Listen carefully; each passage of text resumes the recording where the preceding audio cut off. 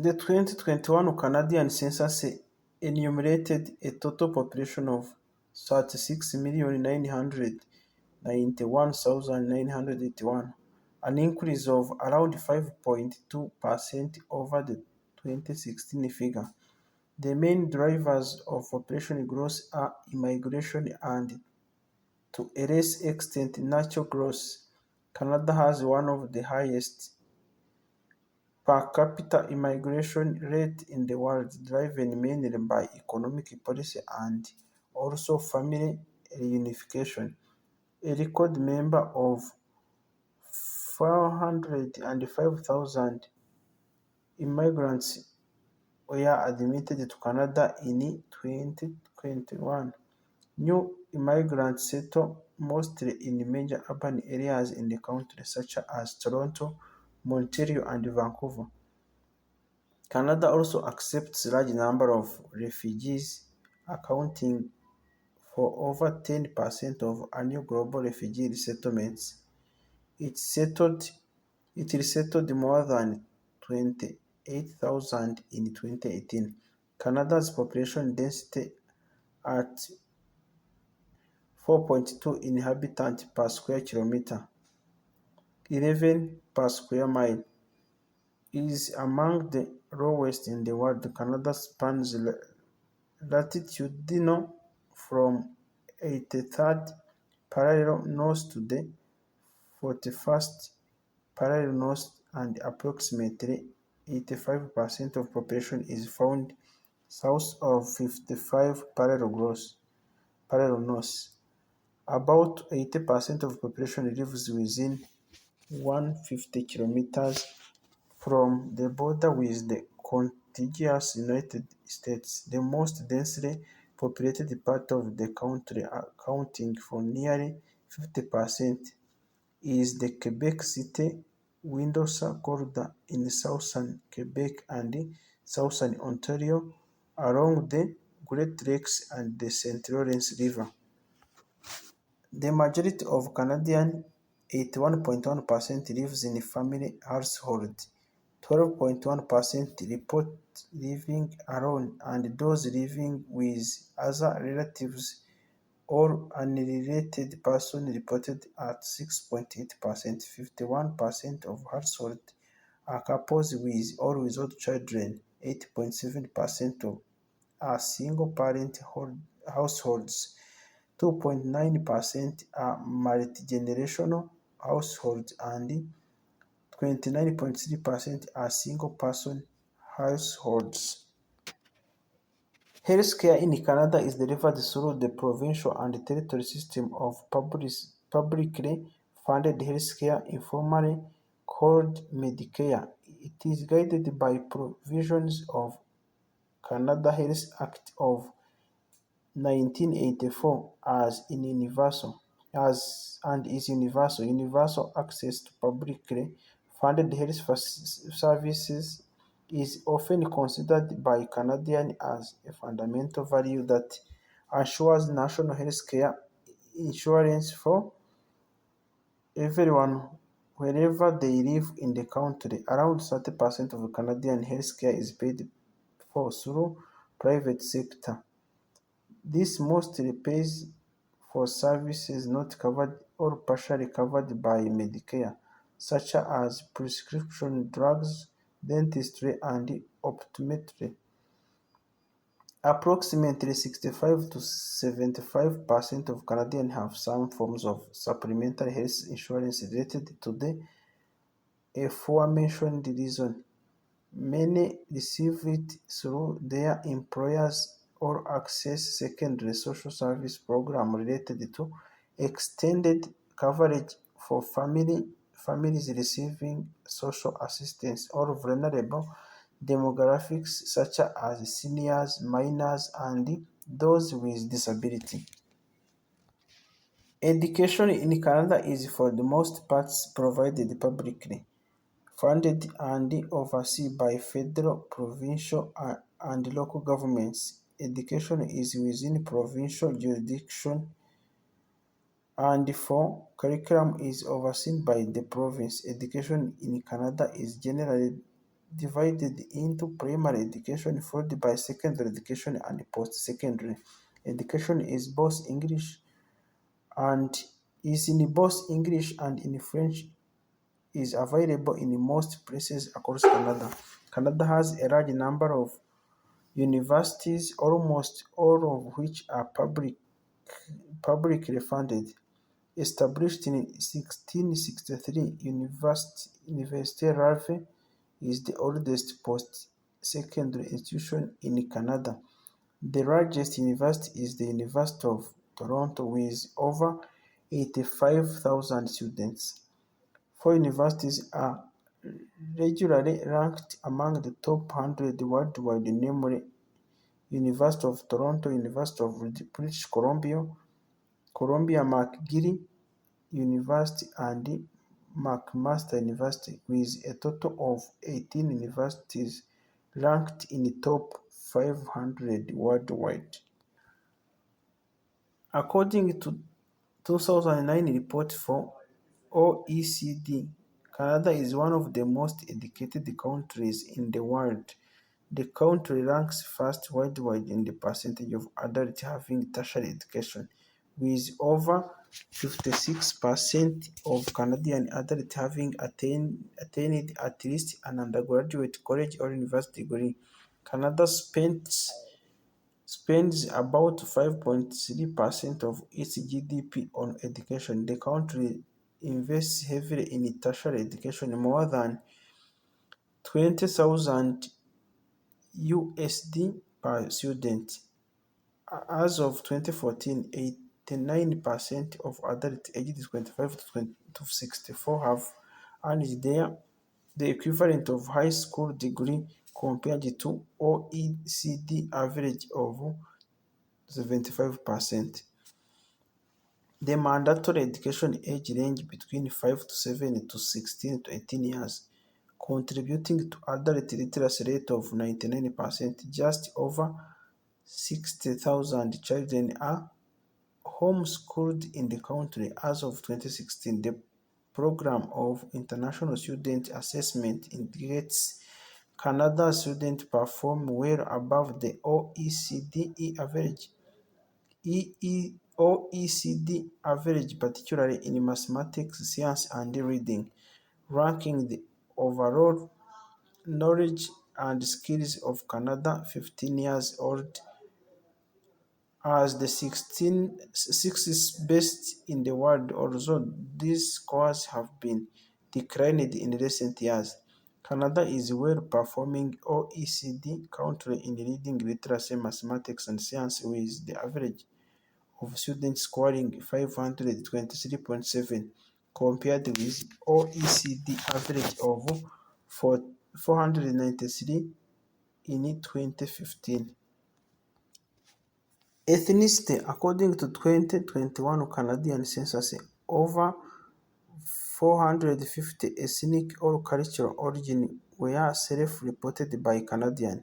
The major pan-ethnic group chosen were European 52.5%, North American 22.9%, Asian 19.3%, North American indigenous 6.1%, African 3.8%, Latin, Central and South American 2.5%, Caribbean 2.1%, Oceania 0.3%, and other 6%. Statistics Canada reports that 35.5% of the population reported multiple ethnic origin, thus the overall total is greater than 100%. The country's 10 largest self-reported specific ethnic or cultural origin in 2021 were Canadian, accounting for 15.6% of the population, followed by English 14.7%, Irish 12.1%, Scottish 12.1%, French 11.0%, German 8.1%, Chinese 4.7%, Italian 4.3%, Indian 3.7%, and Ukrainian 3.5%. Of the 36.3 million people enumerated in 2021, approximately 25.4%, 25.4 million reported being white, representing 69.8% of the population. The indigenous population, representing 5% or 1.8 million individuals, grew by 9.4% compared to the non-indigenous population, with growth of 5.3% from 2016 to 2021. One or out of every four Canadians, or 26.5% of population, belong to the non-white and non-indigenous invisible minority, the largest of which in 2021 were South Asian, 2.6 million people, 7.1%, Chinese, 1.7% or 4.7%, 1.7 million or 4.7%, and black, 1.5 million or 4.3%. Between 2011 and 2016, the visible minority population rose by 18.4%. In 1961, about 300,000 people, less than 20% of Canada's population, were numbers of visible minority groups. The 2021 census indicated that 8.8 million people, or almost one quarter, 23% of population, reported themselves as being or having been a landed migrant or permanent resident in Canada, above the 1921 census previous record of 22.3%. In 2021, India, China, and the Philippines were the top three countries of origin for migrants moving to Canada. Languages. A multitude of languages are used by Canadians, with English and French the official languages, being the mother tongues of approximately 54% of and 19% of Canadians respectively. As of 2021 census, just over 7.8 million Canadians listed a non-official language as their mother tongue. Some of the most common non-official first languages including Mandarin, Punjabi, Cantonese, Spanish, Arabic, Tagalog, and German. Canada's federal government practices official bilingualism, which is applied by the Commissioner of Official Languages in consonance with Section 16 of the Canadian Charter of Rights and Freedoms and the Federal Official Language Acts. English and French have equal status in federal courts, parliament, and in all federal institutions. Citizens have the right, where there is sufficient demand, to receive federal government services in either English or French, and official language minorities are granted their own schools in all provinces and territories. In 1977, Charter of French Language established French as official language of Quebec, although more than 82% of French-speaking Canadians lived in Quebec. Their substantial Francophone population in New Brunswick, Alberta, and Manitoba, Ontario, has the large French-speaking population outside Quebec. New Brunswick, the only official bilingual province, has a French-speaking Acadian minority constituting 33% of the population. There are also clusters of Acadians in southwestern Nova Scotia, on Cape Breton Island, and through central and western Prince Edward Island. Other provinces has no official language as such, but French is used as a language of instruction in courts and for other government services in addition to English. Manitoba, Ontario, and Canada allow for both English and French to be spoken in provincial legislatures, and law are enacted in both languages. In Ontario, French has some legal status, but is not fully co-official. There are 11 indigenous language groups composed of more than 65 distinct languages and dialects. Several indigenous languages have official status in Northwest Territories. Inuktitut is majority language in Nunavut and is one of three official languages in the territory. Additionally, Canada is home to many sign languages, some of which are indigenous. American Sign Language is used across the country due to the preference of ASL in primary and secondary schools due to its historical relation to the Francophone culture. Quebec Sign Language is used primarily in Quebec, although there are sizable Francophone communities in New Brunswick, Ontario, and Manitoba. Religion: Canada is religiously diverse, encompassing a wide range of beliefs and customs, although the Constitution of Canada refers to God and the monarch carry the title of Defense of the Faith. Canada has no official church and the government is officially committed to religious pluralism.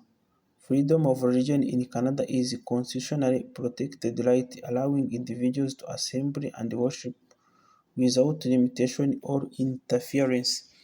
The Fundamental Freedoms section of the Canadian Charter of Rights and Freedoms states: 2. Everyone has the following fundamental rights: freedom of conscience and religion, freedom of thought, belief, opinion, and expression, including freedom of the press and other media of communication. C. Freedom of peaceful assembly, and D. Freedom of association.